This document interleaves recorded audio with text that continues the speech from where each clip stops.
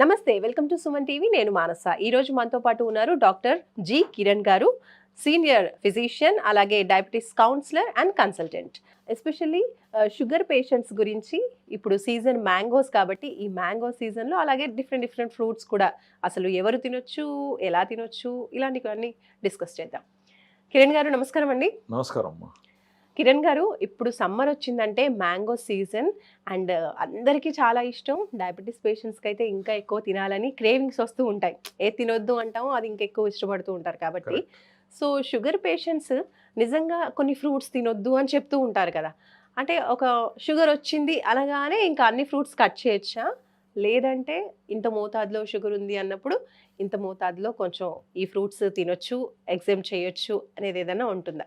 అసలు sugar patients mangoes తినొచ్చా? ఈ ప్రశ్నలోనే 4 సార్లు షుగర్ పేషెంట్లు అన్నారు మేడం. అది కొంచెం నాకు ఇబ్బందికరంగా ఉంది. ఓకే. షుగర్ ఉన్నవారు ఉంటారు. షుగర్ పేషెంట్స్ వాళ్ళు పేషెంట్ కాకుండా పని చేయటమే మన పని.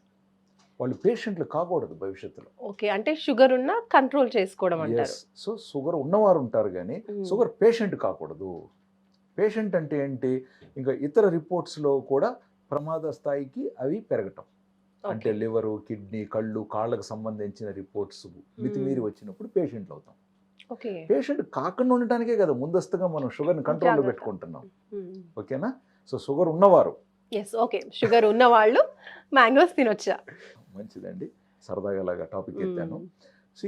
ఇప్పుడు ఏమవుతుందంటే కొంతమంది సార్ షుగర్స్ ఈ మధ్య మ్యాంగోస్ తిన్నాం, షుగర్స్ పెరిగినాయని ఆల్రెడీ కంప్లైంట్తో చెప్తుంటారు. అవును. ఇక్కడ 2 విధాలండి. ఒకటి వారి HbA1c కూడా ఎక్కువ ఉండి ప్లస్ వారి షుగర్ కూడా ఎక్కువ ఉంది అనుకుందాం. ఈ 2-3 రోజులు మ్యాంగోస్ తిన్నందువల్ల వాళ్ళ HbA1c షుగర్ లెవెల్స్ పెరగటం అక్కడ లింక్ లేదు. ఓకే. నీ HbA1c ఎక్కువ ఉంది కాబట్టి అంటే గత 3 నెలలుగా కూడా నీకు షుగర్ ఎక్కువ ఉందిగా. ఓకే. సో నీ షుగర్ ఆల్రెడీ ఎక్కువ ఉంది, నిన్న మొన్న మామిడిపండ్లు తిన్నావు, ఇంకొంచెం పెరుగుండొచ్చు. ఓకే. సో అసలు మన HbA1c 7 లోపే కదా ఉండిండాలి. కాబట్టి మనకు ఫాస్టింగ్లో షుగర్స్ 100 లోపు కదా ఉండిండాలి.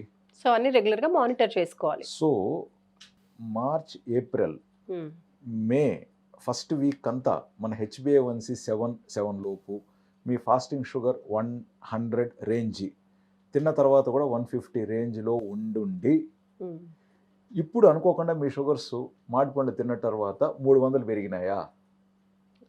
పెరుగుంటే ఇది వేరే అంశం. ఓకే. అప్పుడు ఏమొస్తుంది మనకి? HbA1c 7 రేంజే ఉంటుంది. షుగర్ రిపోర్ట్ మాత్రం 350కి వెళ్ళినట్టుగా కనపడుతుంది. సో గతంలో షుగర్స్ కంట్రోల్లోనే ఉండేటివి, బట్ ఈ జస్ట్ చిన్న నేపథ్యంలో తాత్కాలికంగా షుగర్స్ హై అయినాయి. సో ఇది మరి మామిడిపండ్లు ఈ మధ్య ఏమైనా తిన్నారా? ఎటువంటి మామిడిపండ్లు తిన్నారు? ఎంత మోతాదులో తిన్నారు? రసాలు తిన్నారా? వీటిని బట్టి నిజంగా వీటి వల్లనే షుగర్ పెరిగింది అనేది మనం గుర్తించవచ్చు. బట్ జనరల్గా ఇప్పుడు నేను చెప్పిన దాంట్లో 2 అంశాలు ఉన్నాయి. ఇటీవల పెరిగిందా, ముందుగానే పెరిగిందా? ముందుగానే పెరిగి ఉన్న వారిలోనే ఎక్కువగా షుగర్స్ పెరుగుతాయి. మీరు ముందస్తుగానే అన్ని కంట్రోల్లో పెట్టుకుని ఉన్నట్లయితే లైట్గా ద్వారగా మాగిన లైట్గా ఉన్న మామిడి పండు తిన్నంత మాత్రాన ఇంత హై షుగర్స్ జనరల్గా పెరగవు. ప్లస్ వీళ్ళకు హిస్టరీ ఆఫ్ డయాబెటీస్ ఎలాగుంది, గతంలో కూడా వీరి HbA1c 10, 11, 12 స్థాయిల్లో ఉండేదా? అప్పుడు ఎలాగ షుగర్స్ తగ్గటం జరిగింది?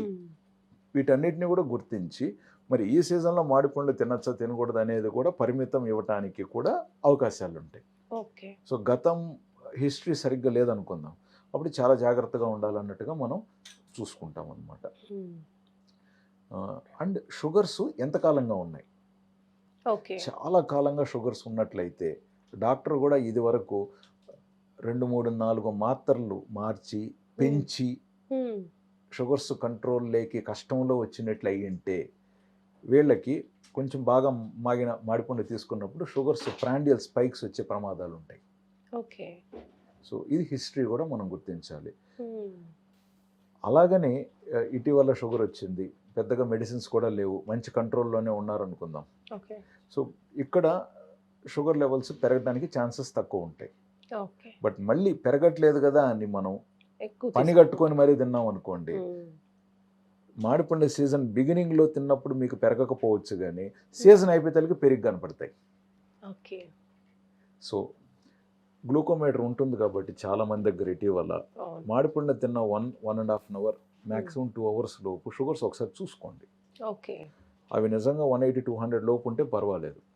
బట్ 250, 300 పొరపాటున టచ్ అవుతున్నాయంటే మీకు హెచ్బిఎవన్సీ నెక్స్ట్ పెరుగుతుంది. కాబట్టి మీ డాక్టర్ కూడా ఒప్పుకోరు మాడిపండు తిన్నందున. ఇంకొక చిన్న విషయం, రెగ్యులర్ మన పేషెంట్ అనుకుందాం, మనం కొన్ని జాగ్రత్తలు కూడా ముందస్తుగా చెప్తుంటారు. ఓకే. జాగ్రత్తలు. సో మీరు ఈ దారిలో వెళ్ళాలంటే ఇలాంటివి చూసుకోవాలి అని చెప్పి ముందుగా చెప్పుంటాం. సో ఇవన్నీ కరెక్ట్గా పాటించడం కూడా ముఖ్యం అన్నమాట. ఇంకొక చిన్న విషయం, మళ్ళీ లావుగా ఉన్నవారు, సన్నగా ఉన్నవారు, ఎందుకంటే లావుగా ఉన్నవారు బరువు తగ్గాలని కూడా అంశం ఉంటుంది కదా. సో మాడిపండ్లు తీసుకున్నప్పుడు బహుశా వారికి షుగర్స్ పెరగకపోవచ్చు, బట్ బరువు పెరిగే ప్రమాదం ఉంది. సో బరువు పెరగకుండా, మాడిపండ్లతో షుగర్ పెరగకుండా మరి ఎంత క్యాలరీస్ పర్ డే డైట్ తీసుకోవాలి అనేది నెక్స్ట్ క్వశ్చన్ వస్తుంది. ఓకే.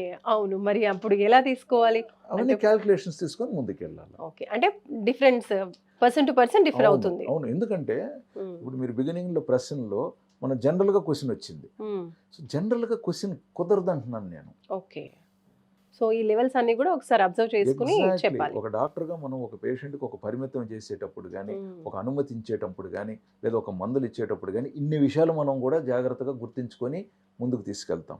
ఓకే. సో ఇవన్నీ వెరీ ఇంపార్టెంట్. అదే ఒక టైప్ 1 డయాబెటిక్ చిన్న పిల్లవాడు ఉన్నాడు, మరి అందరూ మాడిపండ్లు తింటున్నాడు, వీడు ఒక్కటి తినకూడదు అంటే వాడికి డిప్రెషన్ వస్తుంది. అవును.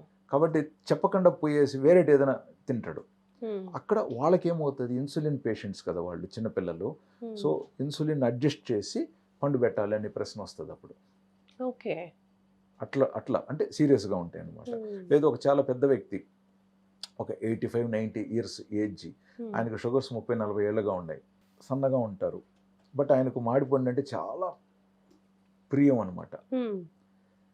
ఆయన ఇన్సులిన్ తీసుకుంటున్నారు. అంత పెద్ద వయసులో వ్యక్తికి నువ్వు మాడిపండ్లు తినగాకు నువ్వు షుగర్ పెరుగుతుంది అంటే ఆయనకి ఏం సంతోషం. సో కాబట్టి అవసరం అయితే తనకి ఇన్సులిన్ డోసెస్ రీఅడ్జస్ట్ చేసి, సో పలానా పండ్లు తీసుకున్నప్పుడు కొంచెం ఇన్సులిన్ ఇలాగ అడ్జస్ట్ చేసుకొని తీసుకోండి, బట్ ముఖ్యంగా మీరు తృప్తిగా ఉండాలి, మీరు అసంతృప్తిగా ఉండకూడదు, మీరు ఉత్సాహంగా ఉండాలి, మీరు నిరుత్సాహంగా ఉండకూడదు అనే విషయం పట్ల మనం ప్రోత్సహిస్తాం. రెండోది, వీళ్ళకి ముందస్తుగానే ఏది తిన్నా సగించదు, సరిగ్గా అరగదు, కాబట్టి ఫుడ్డే సరిగ్గా తీసుకోరు, సన్నగా ఉంటారు, కండబలం తగ్గుతూ ఉంటుంది అనుకోండి. వాళ్ళకి నచ్చినవి కొంచెం తింటేనే కదా వాళ్ళకి కూడా కొంచెం ఆసక్తిగా ఉంటారు వాళ్ళు. సో అలాంటివి కొన్ని ఎంకరేజ్ చేయాల్సిన అవసరం వస్తుంది. సో ఇక్కడ ఏమవుతుంది అంటే భారము, బాధ్యత డాక్టర్ మీద పడుతుంది. ఎందుకంటే రేపు మళ్ళీ 2 నెలల తర్వాత వాళ్ళు రివ్యూకి వచ్చినప్పుడు మీరు చెప్తేనే కదా పెట్టాం, మీరు పరిమితం ఇస్తేనే కదా పెట్టాం, ఇప్పుడు మీ వల్లే మా షుగర్ పెరిగిందని మా మీదే తిరగబడతారు. సో ఇదంతా ఏంటంటే ఒక రిలేషన్షిప్ అనమాట. సో ఒకటి, ఎందుకంటే జనరల్గా షుగర్ పేషెంట్స్ అంటే అందరూ మన పాత పరిచయంలో ఉన్నవారే. At the same time first కన్సల్టేషన్లో వచ్చి సార్ మేము మాడిపండ్లు తింటాం మాకు పర్మిషన్ ఇవ్వండి అంటే అట్లా కుదరదు. సో కొన్నిటికి పర్మిషన్ ఇవ్వడానికి మనం కొంచెం కంఫర్ట్ జోన్లో కూడా ఉండాలి. ఎలాగైతే డాక్టర్ బాగుండాలి నాకు అని చెప్పి పేషెంట్ కోరుకుంటారో, ఇటీవల కొన్ని ఛాలెంజెస్ వల్ల మేము కూడా డాక్టర్స్గా మాకు కూడా మంచి పేషెంట్గా ఉండాలి, పేషెంట్ కూడా మనం చెప్పినట్టుగా కొన్ని పాటించాలి, జాగ్రత్తలు వహించాలి అని చెప్పి మేము కూడా కోరుకుంటున్నాం. ఓకేనా? ఎస్, ఇతర కొన్ని పండ్లు ఉంటాయి మనకి. ఇప్పుడు ఉదాహరణకి సమ్మర్లో తాటి నుంజలు దొరుకుతాయి. అవి కూడా ఒక రకంగా చాలా, అందులో వాటిల్లో ఉండే పౌష్టిక విలువలు స్పెషాలిటీ ఉంటాయి కొన్ని. కాబట్టి అవి కూడా అలాగే షుగర్స్ కంట్రోల్లో ఉంచుకొని వాటిని మినిమం మోతాదులో తీసుకోవటం పట్ల ఎటువంటి ఇబ్బంది లేదు. అంటే ఇవి తినడం వల్ల కూడా షుగర్స్ పెరుగుతాయి అంటారా మేడం? మంచి question. End of the day మనం ఏది నోట్లోకి వెళ్ళినా చివరికి మనకి ఎనర్జీ లెవెల్స్ పెంపొందించటానికే. ఊరికి నవిలేసి రుచిని మాత్రం తీసుకొని మనం దాన్ని వదిలేటానికి కుదరదు. మనం ఒక వాటర్ కూడా మనకు హైడ్రేషన్కి హెల్ప్ అవుతుంది. ఇలాగ మనము లోపలికి వెళ్ళిందంటే అది మన జీవన ఆధారానికి సహకరించేదే ఆహారము. ఏది తిన్నా కూడా మనకు శక్తినిచ్చేది. ఇప్పుడు ఎటువంటి శక్తి, ఎటువంటి పోషక విలువలు అవి మనకి ఇస్తున్నాయి, ఇది తినే ముందు మనం ఆలోచించాలి. కేవలం అవి షుగర్ మాత్రమే, గ్లూకోజ్ మాత్రమే ఇచ్చేటివా అనుకుందాం.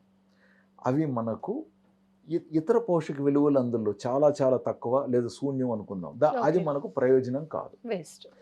ఏదో లో షుగర్లో ఉన్నప్పుడు ఆ షుగర్స్ పెంచడానికి అది పనికొస్తుంది. లేదా పిల్లలు ఆడుకునేటప్పుడు డీహైడ్రేషన్ కాకుండా కొంచెం వాళ్ళకి గ్లూకోజ్ వాటరు లేదా కొంచెం ఎలక్ట్రోలైట్స్ పౌడర్లో కొంచెం గ్లూకోజ్ ఇమీడియట్గా శక్తిని ఇవ్వడానికి అవి అలా పనికొస్తాయి. బట్ జనరల్గా ఒక వ్యక్తి ఒక ఆహారాన్ని తీసుకునేటప్పుడు ఏదైనా ఒక పండు కావచ్చు, చిరుధాన్యాలు కావచ్చు, ఏదైనా ఆహారమే. ఏదైనా ఆహారమే. సో మనం ఒక బ్రాడ్ స్పెక్ట్రంలో థింక్ చేసి మనం పర్మిషన్స్ ఇవ్వాల్సింది ఉంటుంది అనమాట. కొన్ని సందర్భాలలో ఎండాకాలంలో కొబ్బరి నీళ్ళు కూడా కొంతమందికి అవసరం. ఒక ప్రయాణంలో పోతున్నారు, ఒక నార్మల్ బస్సులో పోతున్నారు, చాలా వేడిగా ఉంటుంది ప్రయాణం, మధ్యలో వాళ్ళకి డీహైడ్రేషన్ కాకుండా, ఎనర్జీ లెవెల్స్ పడిపోకుండా, లో షుగర్స్ రాకుండా కొబ్బరి నీళ్ళు బెటర్ ఆప్షన్. మనం అలా చెప్పలేదు అనుకుందాం, అది నిజంగా షుగర్ డౌన్ అయితే అప్పుడు ఏం తాగుతారు? ఒక సాఫ్ట్ డ్రింక్ తాగుతారు, లేదా గ్లూకోజ్ నీళ్ళు తాగాల్సిన అవసరం వస్తుంది. సో అంతవరకు వెళ్ళి అదనంగా గ్లూకోజ్ని పెంచేటివి తీసుకోవటం కంటే ఈ పోషక విలువలతో పాటు కాస్త గ్లూకోజ్ పెంచేది మనకు పుణ్యం కదా. బెటర్. అంతేకాకుండా సమ్మర్ అంటే ఒట్టి మామిడి పండే కాదమ్మా, చాలా రకాల పండ్లు వస్తూ ఉంటాయి. బొప్పాయి ఉంది, వాటర్ మెలన్, ఇంకొక మస్క్ మెలన్ ఉండొచ్చు, జామకాయలు ఉండొచ్చు. సో దయచేసి పండ్లు అంటే ఇవన్నీ కూడా ఉన్నాయి కాబట్టి లైట్ గా దోరగా మాగినేటివి మితమైన మోతాదులో షుగర్స్ చెక్ చేసుకొని తీసుకోవటం మంచిదే, ప్రమాదం అయితే కాదు. ఓకే, సో ఈ ఫ్రూట్స్ అన్ని కూడా కొంచెంగా తీసుకోవచ్చు అంటారు. టోటల్ గా అవాయిడ్ చేసి మనం డిప్రెషన్ ఫీల్ అయ్యే బదులుగా. ఇప్పుడు షుగర్స్ ఆల్రెడీ ఒక వ్యక్తికి 300-400 ఉన్నాయమ్మా, HbA1c 10-11 ఉంది అనుకోండి, నువ్వు ఏమి తినకుండానే షుగర్ 400 ఉంది, ఇవి తిన్నాక మళ్ళీ 500 పోతుందిగా. అవును కదా. సో ఇది తిన్నాం కాబట్టి షుగర్ పెరిగింది అని అనటం కంటే ఆ హై షుగర్ ని ఫస్ట్ మంచిగా కన్సల్టేషన్ తీసుకొని ప్రాపర్గా వాటికి వాడాల్సిన మందులు, అది టాబ్లెట్స్ కావచ్చు లేదా ఇన్సులిన్ కావచ్చు. ఇన్సులిన్ అంటే భయపడతాం, ఇబ్బంది లేకుండా భయం లేకుండా సులభంగా తీసుకుంటే ఇన్సులిన్స్ ఉన్నాయి, మంచివి ఉన్నాయి. అవి కరెక్ట్గా డాక్టర్ సలహా ప్రకారం పాటించి షుగర్స్ మంచిగా కంట్రోల్లో తీసుకున్నాక ఇన్సులిన్ మళ్ళీ ఆపేయచ్చు. ఒకసారి పెడితే జీవితకాలం అలవాటు అయిపోతుంది అన్న అపోహను దయచేసి మర్చిపోండి. అది లేనిపోని అపోహను కొందరు సృష్టించారు కొందరి స్వార్థం కోసం. దయచేసి అలాంటిది నిజం కాదు. ఇప్పుడు పొయ్యి మీద పాలు పెట్టారండి, పొంగొస్తున్నాయి, ఇప్పుడు మంట అలాగే ఉంచుతారా? తగ్గించడము ఆపేయటమో చేస్తాం కదా. మరి ఇప్పుడు 400 షుగర్ ఉన్నప్పుడు ఇచ్చిన మందుని 150కి వచ్చిన తర్వాత కూడా అదే మోతాదులో అదే మందు ఎందుకు ఇస్తాం? ఏదో అడ్జస్ట్మెంట్ జరుగుతుంది కదా. పొరపాటున పేషెంట్ ఈ మందు బాగుంది కదా అని చెప్పేసి ప్రిస్క్రిప్షన్, ఆ పాత ప్రిస్క్రిప్షనే పట్టుకొని ఈయన పదే మందులు కొనుక్కుంటే అది తప్పవచ్చు. ఓకే, షుగర్ ఉన్న వాళ్ళు ఇప్పుడు మ్యాంగోస్ ఇవన్నీ తినాలి అన్నప్పుడు ఏ ఫ్రూట్ తిన్నా కూడా కొంచెం గ్లూకోజ్ లెవెల్ పెరుగుతుంది కాబట్టి కొంచెం తక్కువ మోతాదులో తీసుకోవాలి అంటున్నారు. అలాంటప్పుడు అంటే ఇప్పుడు ఫుడ్ లో కూడా ఏదైనా తగ్గించి రెగ్యులర్ గా తింటూ ఉంటారు కదా, రైసెస్ కావచ్చు, చపాతీస్ కావచ్చు, ఇవి కొంచెం తగ్గించుకుని ఇష్టమైన ఫ్రూట్స్ ని ఎంజాయ్ చేయొచ్చు అంటారా? కరెక్ట్ చెప్పారు మేడం. ఇప్పుడు ఇక్కడ ఏమవుతుందంటే ఇప్పుడు కొంచెం కార్బ్స్ ఉన్నవి, అంటే ముఖ్యంగా రైస్ ఐటమ్ కావచ్చు, లేకుండా ఉంటే ఇప్పుడు చపాతీ అంటారు, అది కూడా గోధుమది, అది కూడా కార్బే కావచ్చు. కొన్ని కార్బ్స్ మీరు కంట్రోల్ చేసుకొని తగ్గించుకొని కొంచెం ఈ పండుని స్పేస్ అడ్జస్ట్మెంట్ చేసుకోవచ్చు కొంతవరకు. ముఖ్యంగా లావు తగ్గాలనుకుంటున్న వాళ్ళు ఇలా చేస్తే ఇంకా బెనిఫిట్ ఉంటుంది. ఓకే, సో వెయిట్ పెరగకుండా హ్యాపీగా బ్యాలెన్స్ చేసుకోవచ్చు. అంతేకాకుండా ఆయిల్, ఫ్రై, సాల్ట్ ఐటమ్స్ కూడా తగ్గియాలి మేడం. ఓకే, అవి కూడా తగ్గటం మంచిది. రైట్ అండి, థ్యాంక్ యూ సో మచ్.